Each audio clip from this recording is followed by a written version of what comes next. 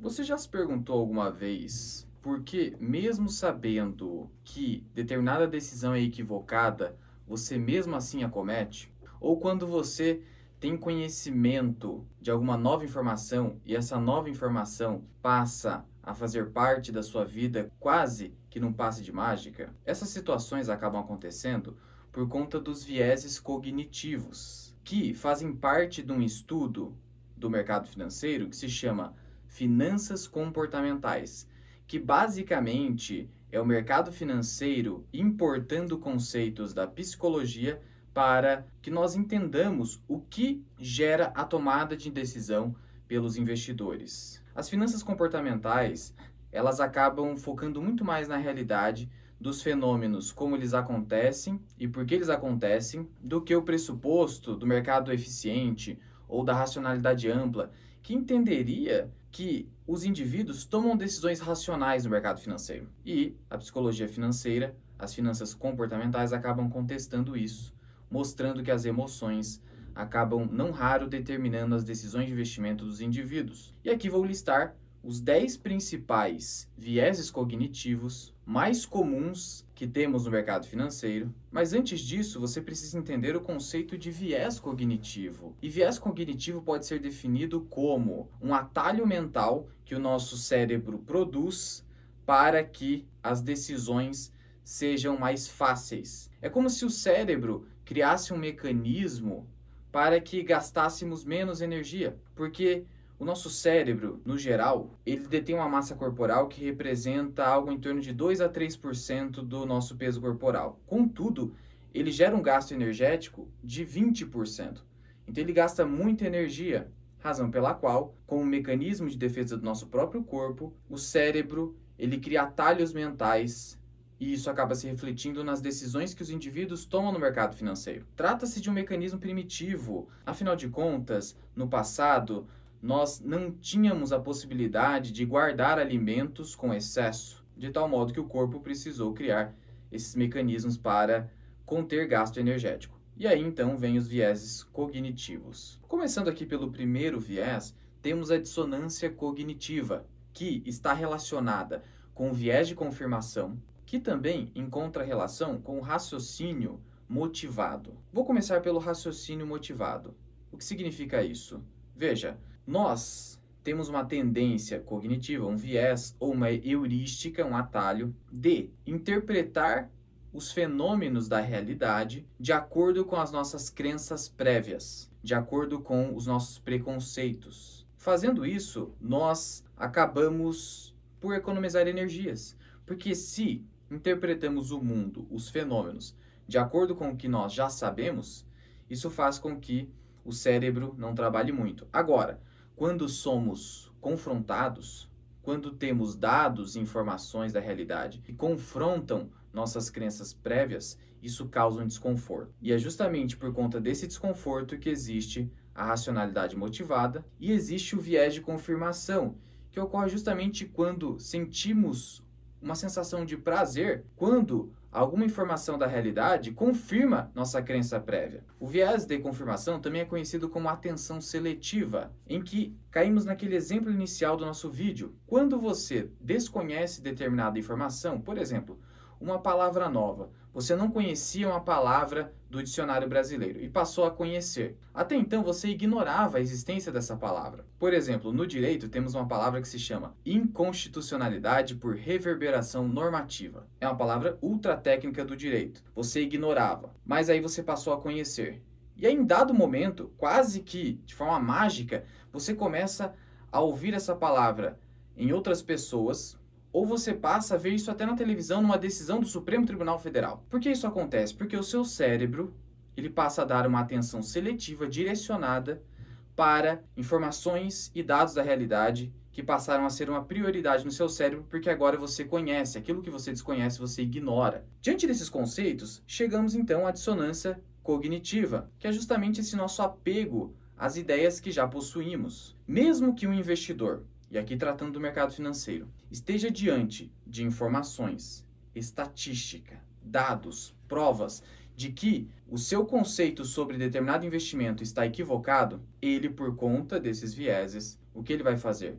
ele vai passar a resistir a aceitar essa informação que a está confrontando. Por exemplo, supondo que você tenha a crença prévia de que é possível ganhar dinheiro com day trade de forma consistente. Você tem essa crença. Contudo, estatísticas mostram, existe até um estudo da FGV que mostra isso, que mais de 95% dos day traders perdem dinheiro. Você resiste a aceitar esse estudo. Por que você resiste dessa forma? Por conta desse viés, que é a dissonância cognitiva. Ela impede que você aceite a realidade. E aqui vale ressaltar o seguinte: você saber que o viés cognitivo, que a heurística existe, isso não é suficiente para que você não caia novamente nesse viés. Vez ou outra, seremos levados por esses vieses, porque eles são armadilhas, entre aspas, do nosso próprio cérebro. O importante é que você saiba disso, para que você minimize, para que você minore os efeitos desses vieses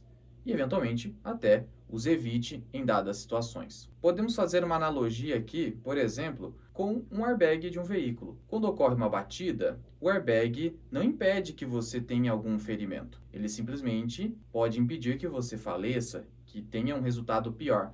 É exatamente essa a ideia. É uma proteção contra si mesmo, você entender esses vieses, mas isso não significa que você estará completamente blindado. Mas já é suficiente para que nós entendamos como eles funcionam, para que eventualmente consigamos melhores resultados como investidor. E aí chegamos aqui no segundo principal viés, que é o viés da ancoragem, um dos mais comuns no mercado financeiro. Por quê? O que significa viés da ancoragem? Essa palavra realmente remete a uma âncora. E essa âncora é aquela âncora que nós criamos em relação a algum preço, no geral em relação a algum preço. E principalmente em relação ao preço médio, ou o preço que inicialmente pagamos por uma ação, ou o preço de topo de uma ação. Por exemplo, no ano de 2020, a Via Varejo, que hoje é só Casas Bahia, ela chegou a ser negociada a mais de R$20. Hoje, essa mesma ação está custando menos de R$1. Se nós nos deixamos sucumbir pelo viés da ancoragem, nós iremos pensar que esse preço tende a voltar. Ou se voltar só a metade, eu já fico milionário. Cuidado com esse viés, porque ele pode estar te enganando.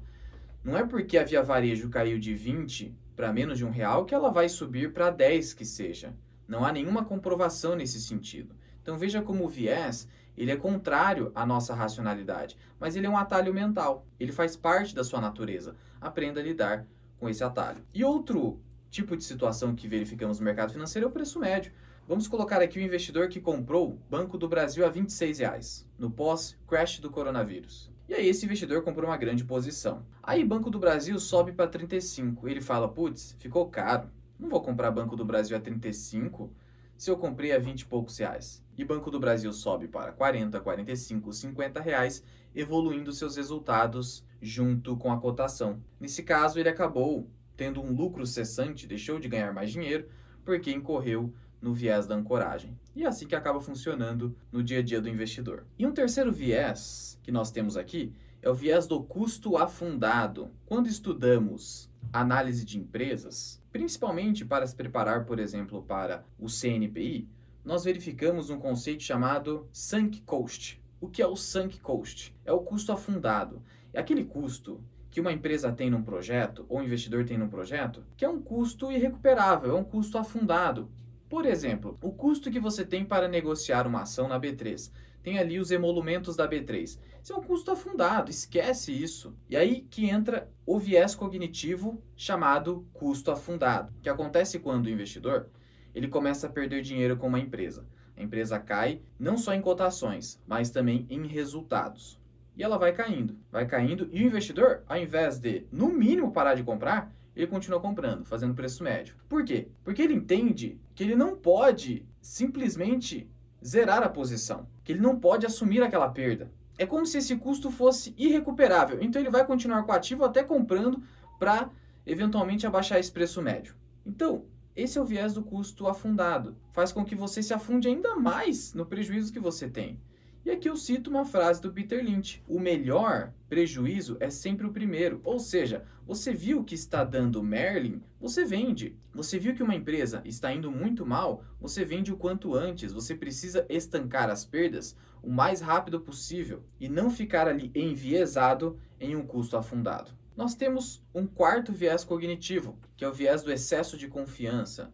O nome é bastante sugestivo. Os investidores iniciantes, ou até mesmo intermediários, ou até mesmo os investidores avançados, eles acabam tendo muita confiança na sua capacidade de prever o futuro e, por isso, acabam muitas vezes se alavancando, colocando dinheiro demais em uma empresa só, confiando na sua capacidade de prever o futuro. Então, quando Warren Buffett diz que a diversificação é a proteção contra a ignorância, ele está dizendo o seguinte, que para que o investidor não seja levado pelo viés do excesso de confiança, ele precisa diversificar, porque afinal de contas, provavelmente, ele acha que sabe e acaba superestimando a sua capacidade de previsão do futuro. Então, cuidado com o viés do excesso de confiança. Um quinto viés é o efeito Dunning-Kruger. Dunning-Kruger diz respeito a dois cientistas que fizeram experimentos empíricos, fizeram testes na prática, chegando à seguinte conclusão, de que pessoas com baixa habilidade em determinada técnica ou ciência,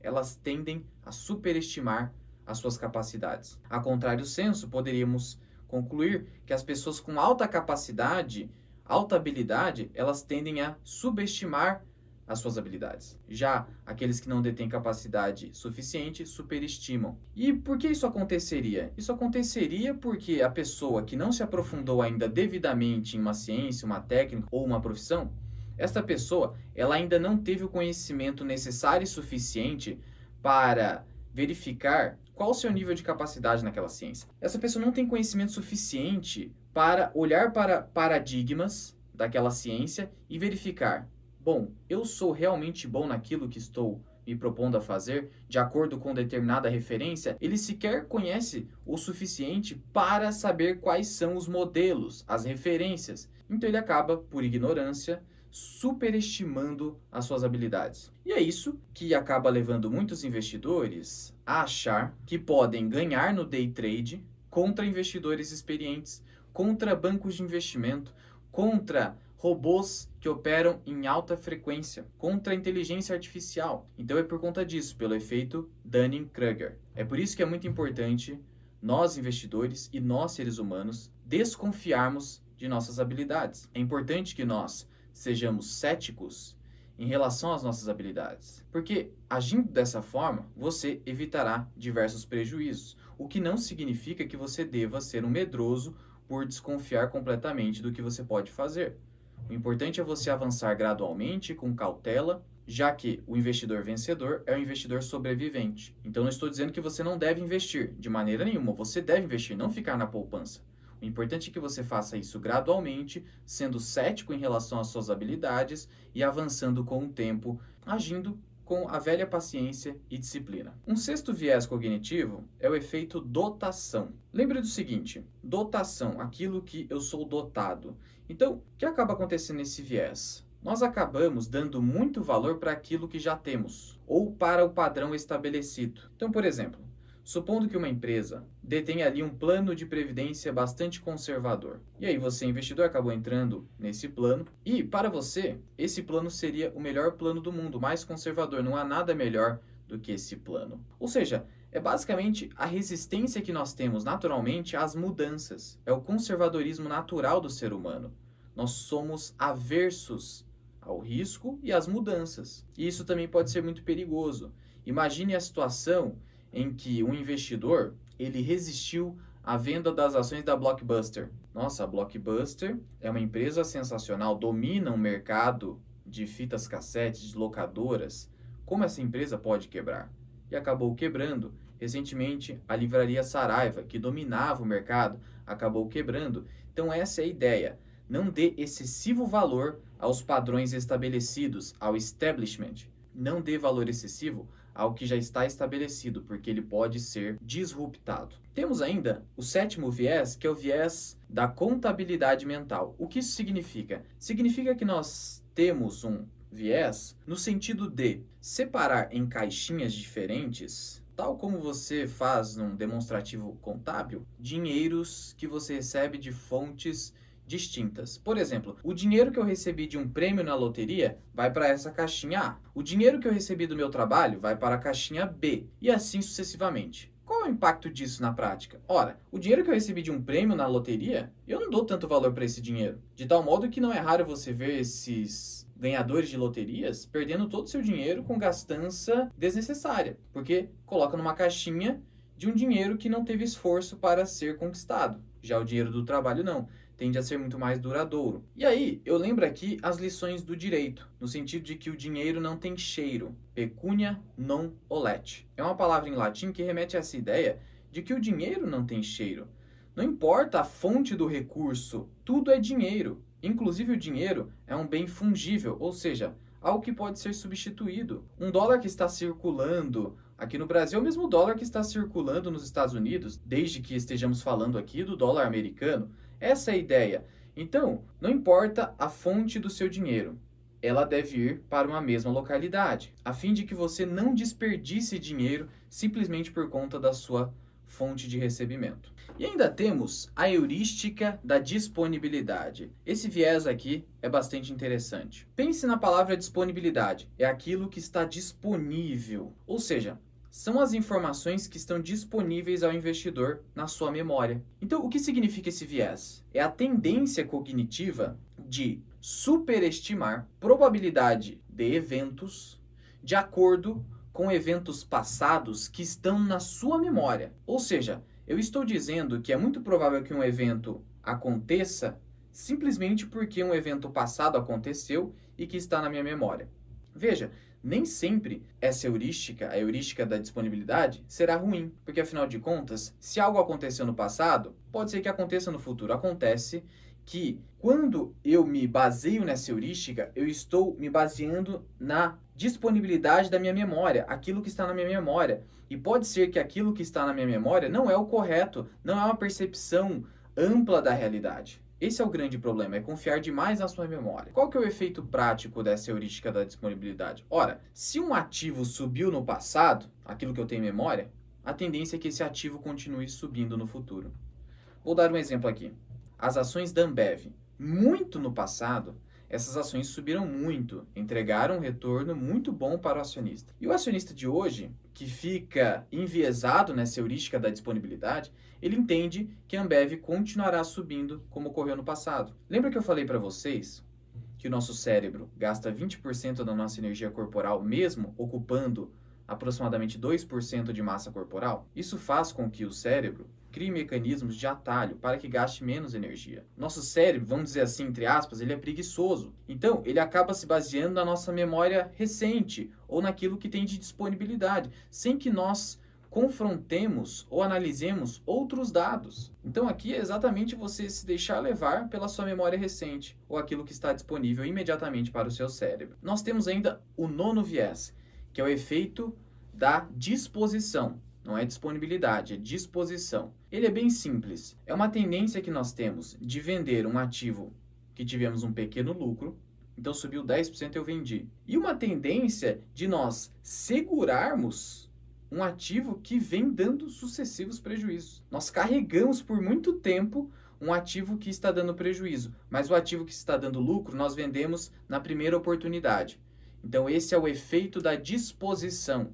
Cuidado com esse efeito, porque, na verdade, nós deveríamos fazer o contrário racionalmente. Nós deveríamos vender o quanto antes a ação que está dando prejuízo e carregar por muito tempo a ação que está dando lucro. Quer um exemplo? Não teria sido melhor vender IRB ou Oi na primeira oportunidade de falta de fundamento na empresa? Ao passo em que não teria sido melhor você carregar VEG ou carregar, no nosso passado recente, a PetroRio até hoje? O investidor que carregou VEG e PetroRio até hoje está extremamente satisfeito e não aquele que vendeu na primeira oportunidade que provavelmente está arrependido. Aconteceu mesmo com o Bitcoin e aí você tem uma série de exemplos. E por fim, temos o 10º viés, que é o desconto hiperbólico. O que significa o desconto hiperbólico? É uma tendência que nós temos de dar preferência à recompensa ou retribuição imediata. Ou seja, é a nossa preferência cognitiva por resultados imediatos. E aí há uma série de exemplos. Quem não quer ter algo agora do que no futuro? É por isso que se você perguntar para uma série de pessoas se essas pessoas preferem 10 mil reais hoje ou 12 mil reais daqui um ano, talvez a maioria das pessoas, por conta do desconto hiperbólico, prefiram os 10 mil reais. Ou, no melhor exemplo, entre 10 mil reais e 11 mil reais, que é uma proximidade maior, essa pessoa provavelmente optará pelos 10 mil reais.